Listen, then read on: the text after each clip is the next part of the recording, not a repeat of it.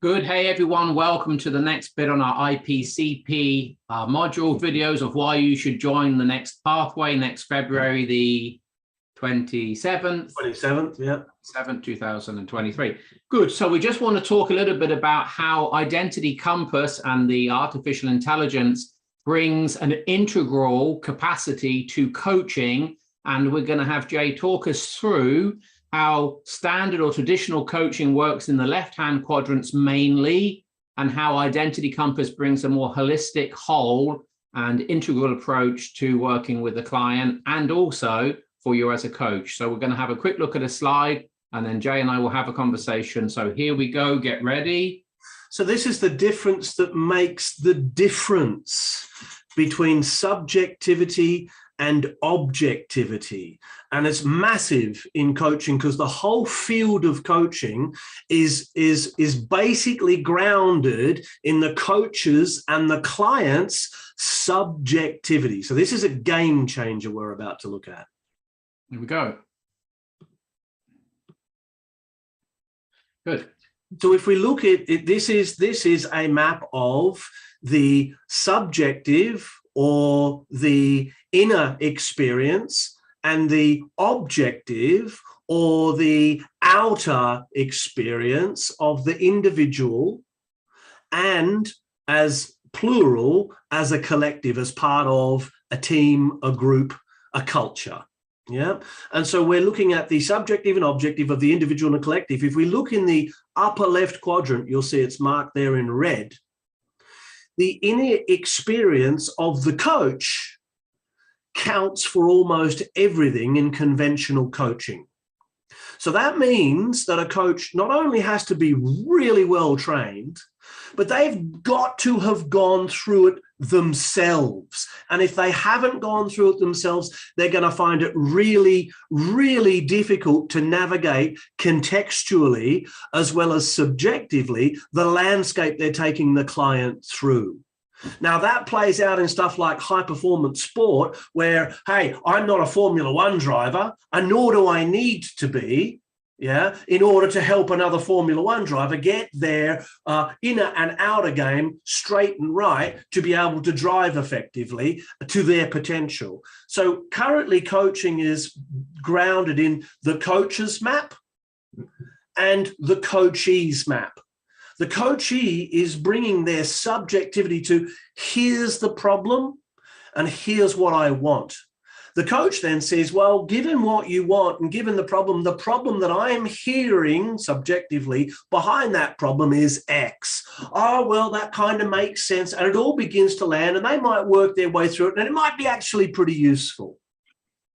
Good. In the lower left, second person perspective, then they are co-creating a shared map. Firstly, a shared map of current understanding, and secondly, a shared map of difference. And that's as far as conventional coaching can go.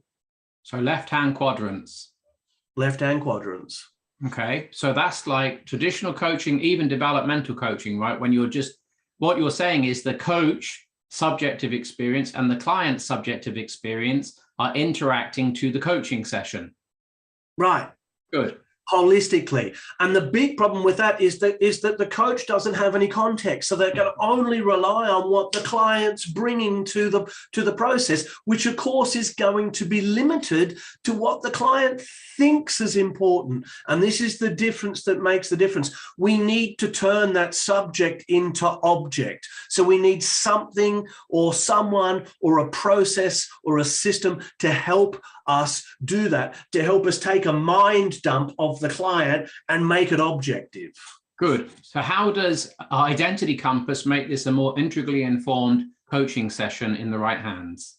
Well, it does that. It turns subject into object by asking a series of forced answer questions. It's not a nice test to do because it's forcing you into answering questions and then throwing up different questions based on what it's forcing you into answering. And so it's a forced answer test. So it feels like, well, neither of those are true, but it's taking you down a pathway where those small calculations start to play out in a big way in terms of your thinking pattern. patterns. It maps your thinking patterns in an objective, scientific, rational, logical way. Okay, and so what is a factual map aspect and what is the functional map aspect that we could have in a coaching session with Identity Compass supporting us? So the factual map is actually mapping out, given some scenarios in contexts. It uses the work context, but it's absolutely mapping cross-contextually. It's using the work context to map out thinking structures and place them out in a given way and shows how all of these thinking patterns interact with one another, and immediately helps you identify, using some AI technology, where the leverage point for the shift is for the client objectively. So that's the actual map. Even if the client doesn't see that subjectively, right? They don't remember. Oh, mostly they don't. Mostly the client will go, I disagree with that, but we can even show where their disagreement's coming from given the map. We can show how they mismatch, and that disagreement's actually part of a mismatch, and we can tell that that's on behalf of self-care based on what we're seeing in the map. So we can real time actually feed back the patterns as they're occurring in the coaching session to wake the client up so that they can grab a hold of this and start to do the work to grow themselves up, to clean up the stuff they need to clean up so that they can begin to show up. So then we have a functional map that emerges out of the context. Yeah. Which is context. So two aspects to this. One, the functional map is still subjective within the client's mind. How things play out for them and how they connect them to what's going on in their inner experience is like guesswork.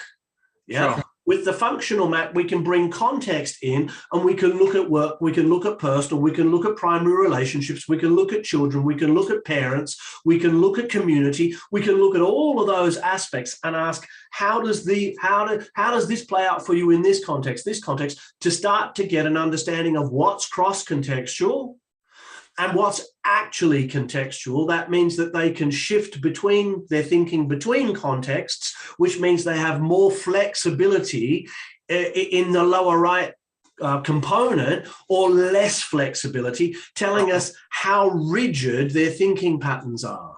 Good. So let's summarize this with a couple of questions for you. So you've been coaching for a few years and you're an averagely good coach. Just give me a moment to relax my face. And so given that, what would you be happy to go on coaching people knowing Identity Compass is in the world and not have access to it? What difference has it made to you as an experienced coach, 15 years of coaching? Yeah. What difference can you see and benefit has Identity Compass brought to your actual corporate coaching?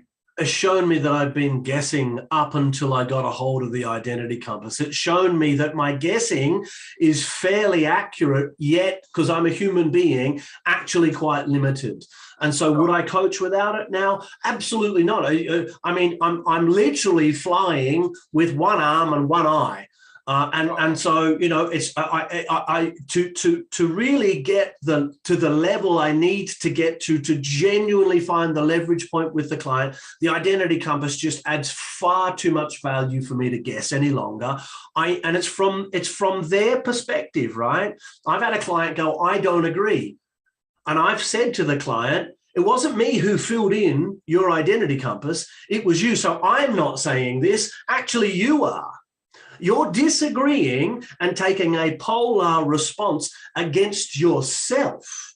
And then I said, let's look at the Identity Compass and see how that actually works out. And we found 6 key driver cognitive intentions that fit that pattern. And the moment the client saw it, the client literally went bright red and said, I feel more seen and more understood than any other conversation I've ever had with anybody to this point. I have not understood why I'm getting the responses I'm getting, and now I'm starting to understand why they happen the way they happen.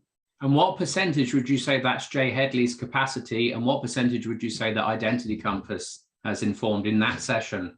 Well, part of my capacity is to take in and make meaning with the client out of the identity compass. So I'm going to go 60-40, but that 40% is the difference that makes the difference. And what's the 40%?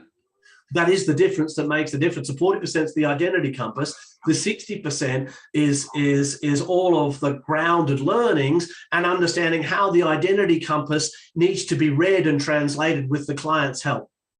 Does a coach to coach the way you've just talked to need to be an excellent, outstanding, well-experienced coach to be able to use identity compass in that way? They need to have that experience. They need to learn it. But what the identity compass will do is it will train them how to learn it in an accelerated way. So instead of it taking 5 years to become an extremely experienced, well-honed, well-rounded coach, having done the work on yourself, we'll cut that down to 2 or 3. Sure. Anything else?